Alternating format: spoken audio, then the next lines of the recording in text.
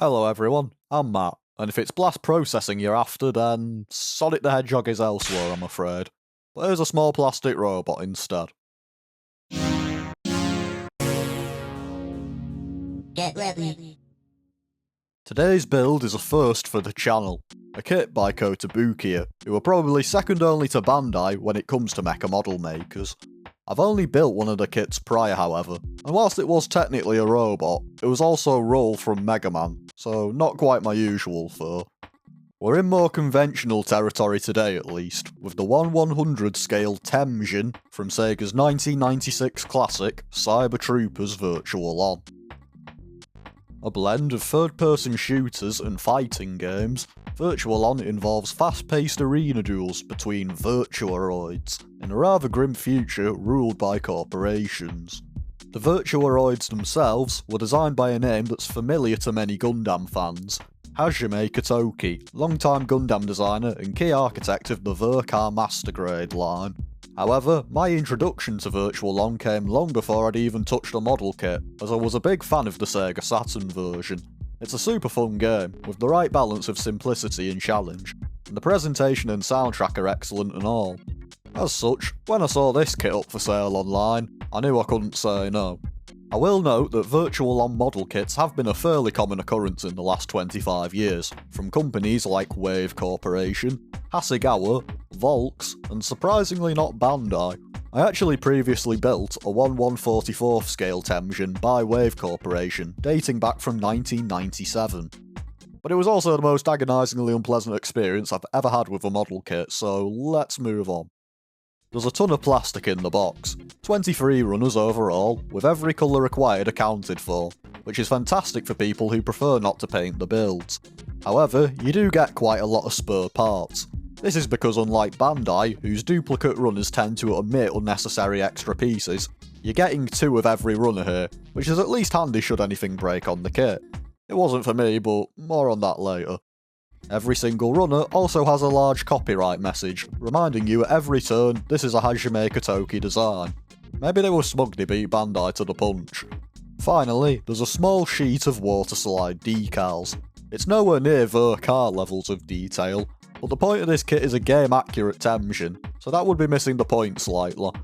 I think it's also worth mentioning this supplementary instruction sheet that advises on applying the water slide decals, removing undergated nubs, and the correct orientation for the clear plastic lenses. It also suggests gluing them in place, which I soon learned is a really good idea. Getting things started with the head, there's a lot more pieces than usual. It was clear to me the kit was going for a similar build experience to Bandai's main 1/100 line, Master Grade.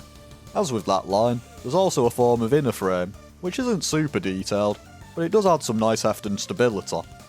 The core of the head is 2 halves that combine around a polycap, but that aside, there's no seam lines on the outer armour, and said outer armour is very well realised, with sparse but effective moulded detail.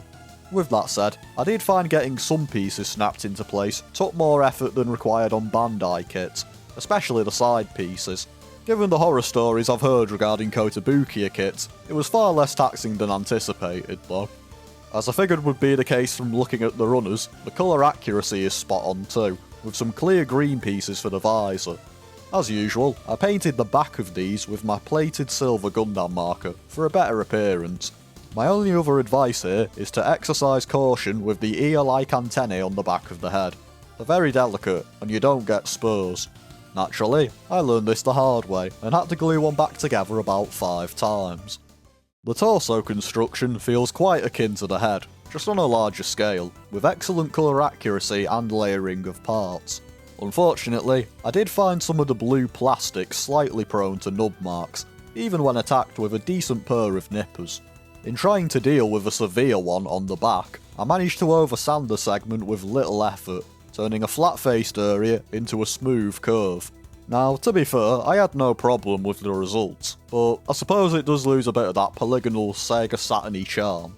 Something that surprised me was the shoulder joints being plastic on plastic, given the use of polycaps throughout the build. Whilst the joints in question are quite small, they felt solid enough when assembled, thanks to their ABS plastic construction. Emphasis on felt. When integrated into the body, they also possess a sliding mechanism, ostensibly for increased motion. A more general observation I made was a variety of rather interesting looking tabs and slots for connecting pieces, which gave me the impression whoever designed this was playing way too much Tetris. It's an unusual approach for sure. Whilst the core accuracy continued to impress as mentioned, I did add a bit of chrome to the small recessed vent pieces in the chest, as I wanted them to be a little more noticeable. And besides the aforementioned oversanding, the only other issue I faced was with the chest lights. They technically do plug in where they need to go, but as that sheet of extra tips suggested, gluing them will probably be essential, as the snap fit isn't particularly strong. That, and the things are small enough that you'll probably never see them again if they get lost. That's happened to me at one point. Fortunately, spares are provided this time round. The Bagpack consists of the V converter that powers the Virtuaroid, and somehow this isn't the first plastic model of a Sega Saturn I've built, because Bandai made one for some reason. Sadly, I recall that build being a bit forgettable, so maybe I should have picked up the PlayStation one instead. Owing to the size of the pieces, you're going to need to paint this bit, and it quickly became apparent that Gundam markers were a little too imprecise for the finer details, like the power and reset buttons. I still used Gundam markers in the end, but I applied most of it with a very fine brush. I still did most of the black from the marker though, which is why that looks a bit rough. As with the visor, I chromed up behind the clear pieces inside the Saturn, although judging from the CG render, I maybe should have gone with black marker for that too. The chrome marker also ended up on the boosters for the expanded form of the Bagpack. Unfortunately, the construction of the arms didn't quite live up to the first segments of the build, even if the same layering techniques and accuracy are on display. It lacks a conventional inner frame, building not unlike a high grade, and to make matters worse, there's a big seam line running lengthways down the front and back of the lower arm. It's perhaps not a massive shock for a 2009 kit, but I'd been pleasantly surprised by the kit's design up to this point, and how it was seemingly trying to limit the seam lines to inner frame. So this was a bit of a disappointing surprise. Luckily, the seam is pretty easy to seal up, and since the piece is already white, any discoloration is somewhat masked.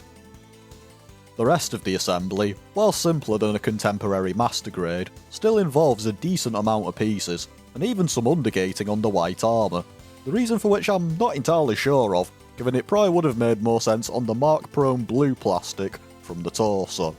Although pretty conventional, with ball-jointed hands and a typical bicep swivel that does take some elbow grease to plug in mind, the most notable aspect of the arm construction is the elbow bend. The lower arm is pinned into place by the two prisms either side of the elbow, not connecting to the upper arm at all. This approach reminded me a bit of the unique construction in the high-grade Kyukai Senki kits I've built, although the results here are designed to finish up visually closer to typical Mecha joints. The completed joint is also fortunately very strong, although making sure the elbow and prisms are lined up proved a bit of a balancing act. The shoulders were also more involved than what I usually find, with blue, yellow, very dark brown and clear green plastic all present.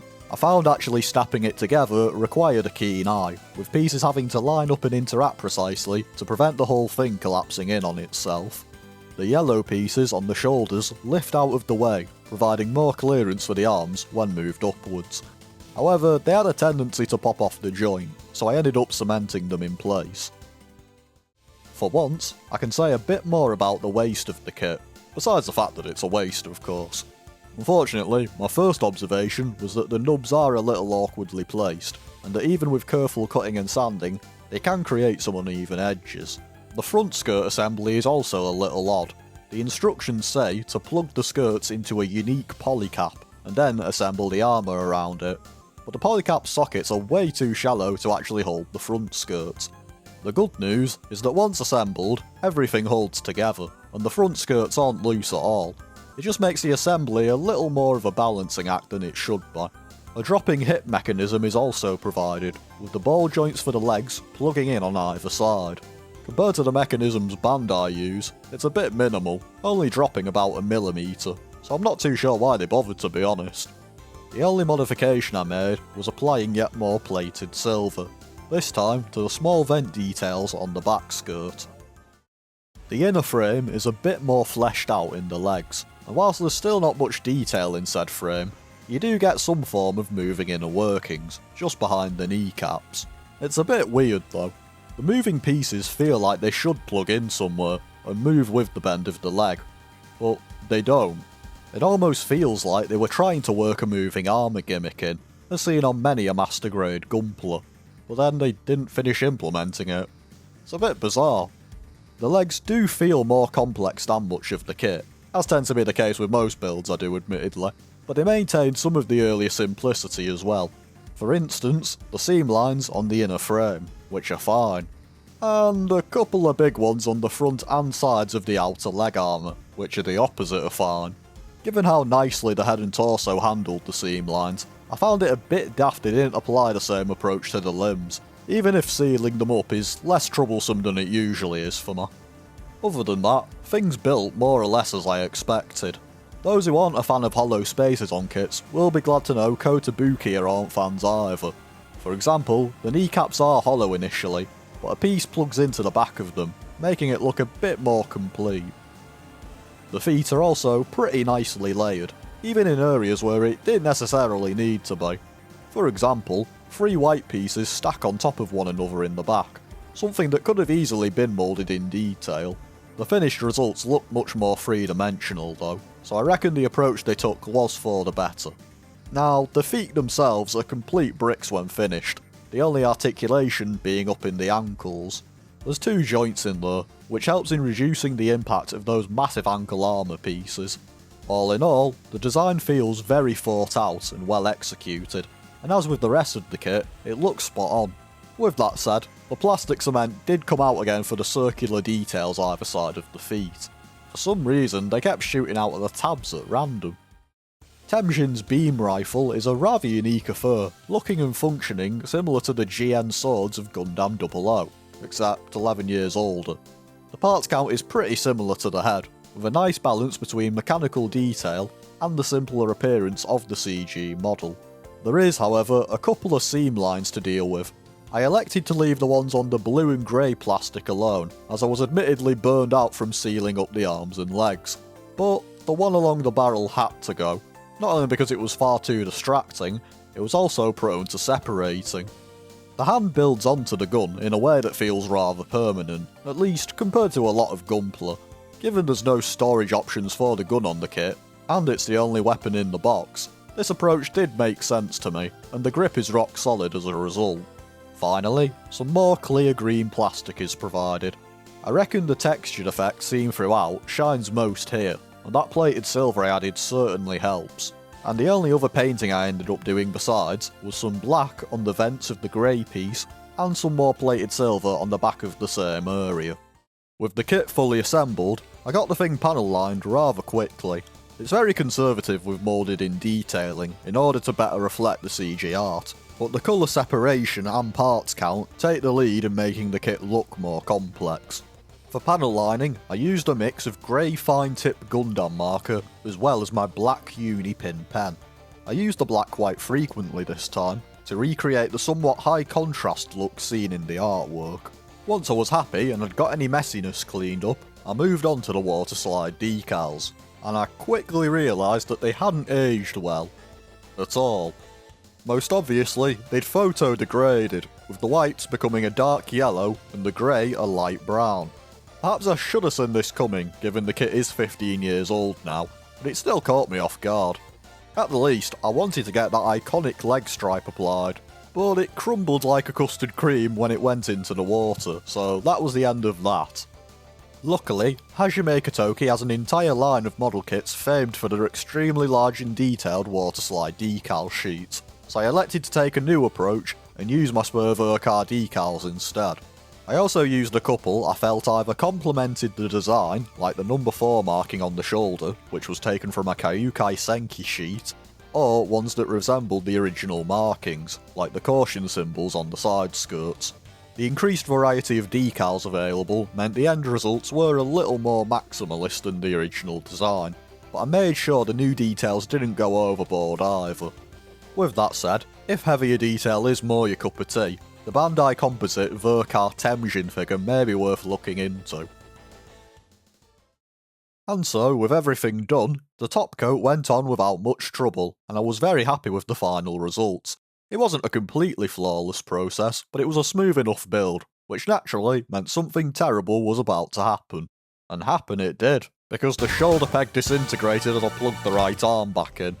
Although I did mention some concerns with the pegs earlier, I take full blame for this catastrophe. I reckon top coating the pegs mucked up the tolerances, making the fit far less forgiving than it already was. Now, having had a surprising amount of breakages since I started this channel, I was ready to break out the brass wire and get things fixed quickly, but that approach didn't quite go to plan this time. The shoulder joints on the kit are made from ABS plastic, so my plastic cement, designed for the more widely used polystyrene plastic, didn't have much joy in combining the joint with the new peg I fashioned from scrap plastic. To complicate matters further, there wasn't enough clearance at the end of the joint, where it rotates, for the brass wire to hold solidly, even with superglue added. And just to wreck my day even more, the internal sliding mechanism broke too, with one of the pegs shearing clean off. Now I am a surprisingly patient person when it comes to Gunpla, but this was driving me crackers. And so, after several attempts at a more traditional fix, I threw in the towel and I went for a very ugly one. I fished out a spur polycap with relatively close proportions to the original joint, and I plugged it into the inner shoulder joint, which was now permanently affixed into the torso with an ungodly amount of plastic cement and spur runner plastic. Now, this did neuter the sliding mechanism, but I honestly didn't find said mechanism made a great deal of difference to the posability, so I can live with that. Once the new joint was in place, I then used my hand drill to widen the socket that connects the arm to the shoulder, matching the dimensions of the polycap peg. And with that sorted, Temjin had an arm again. Although it is visually hideous, and admittedly a very lazy fix, it does at least maintain the strength of the original joint, so the kit has no problem holding that large beam rifle. And with that last minute calamity taken care of, here's the completed 1/100 scale Temjin, ready to take on its fellow Virtuaroids in Operation Moongate. Visually, the kit is 1-to-1 with the original CG art, with the only additions being the nice texturing on the clear green pieces. Whilst it's not the most complex mecha, with aspects of the design feeling seamless and streamlined, the generous parts layering and large variety of colours throughout the build ensure it strikes the balance between readable and detailed. Of course, mine also has the additional decals throughout, as well as some minor paintwork, but I reckon a straight build with some panel lining will look just as good. I will caution about using super glue on the clear plastic however. It didn't take kindly to the plated silver marker, so there's some rather unsightly spots underneath those areas. At least now I know, and knowing's half the battle. The other half must be plastic cement. I found Temjin decently posable, if not quite as agile as the master grades I've built over the years. It feels more like a modern Transformers figure to me. Taken joint by joint, the articulation is a little peculiar though. Obviously, the pull-out shoulder mechanism is only functional on the left side on my copy, but I feel like it honestly doesn't make a lot of difference to the arm movement, besides a little bit of forwards and backwards motion. It ends up clashing with the sides of the chest straight away, so I feel like this wasn't the best approach they could have taken. That said, what you do get is more than enough for dynamic posing and display, with a fantastic upward stretch, assisted by the yellow shoulder armour moving outwards, plus that well-designed elbow bend that proves simple but effective. The torso has two joints as well, with a traditional waist swivel augmented by a joint in the abs. The former is slightly limited by the waist armour, so the latter joint does a better job of getting poses, although there's no ab crunch to speak of. The legs are a little more conventional, with an excellent double knee bend, as well as the helpful pair of joints in the ankle I mentioned previously. Given how much running Temjin does in the game, it's definitely handy to have.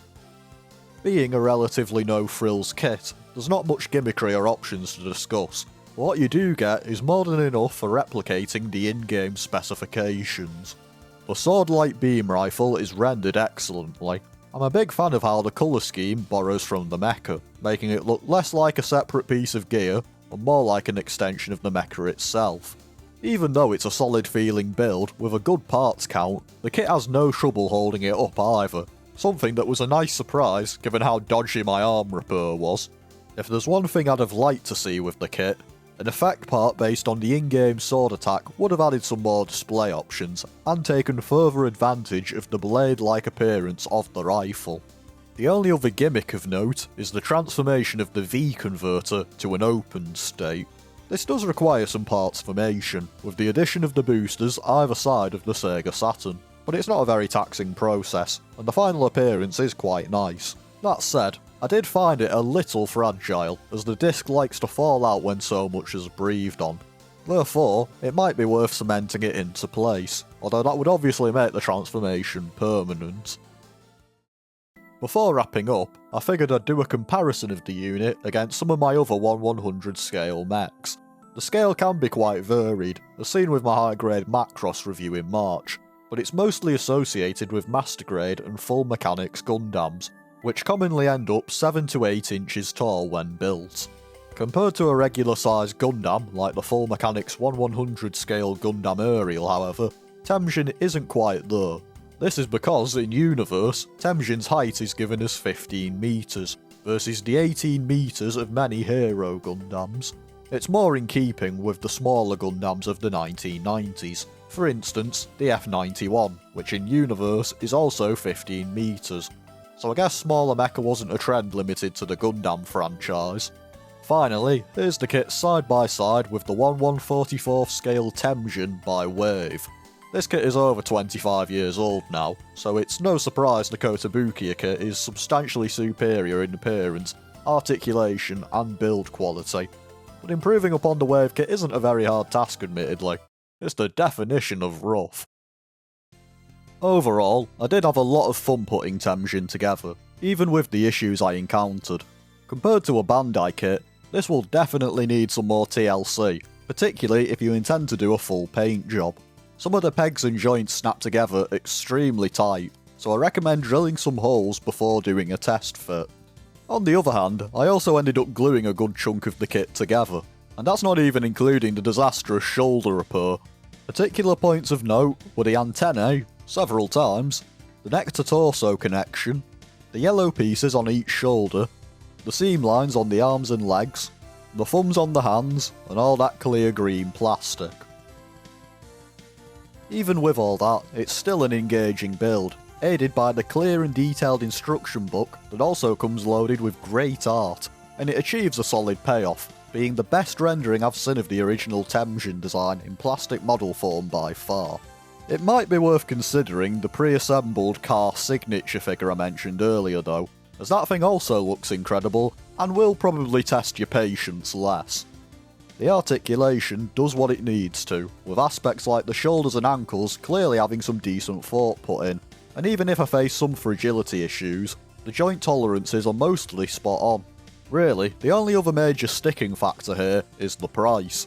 This thing isn't cheap on the second-hand market, so I'd only recommend it for particularly experienced builders or die-hard Virtual On fans. There are also kits by other companies to consider, based on the later games in the franchise, but I'm not sure if or when I'll even be picking them up honestly. The original designs are still my favourite. But I think that'll do it for my look at this take on Temjin, and now he's off to struggle onto my very jam-packed 1/100 shelf. After the last couple of kits had me cementing stuff like no tomorrow, I think I could do with a simpler build. The good news is, the next thing on my to-do pile is the recently released high-grade Zubungle, so I'll probably be getting that chucked together next. Until then, thanks for watching, and take care everyone. Oh aye, and before I forget, here's the included base adapter. It has a square peg hole, and all my Bandai action bases have round pegs, so it's not much use to me. You lose.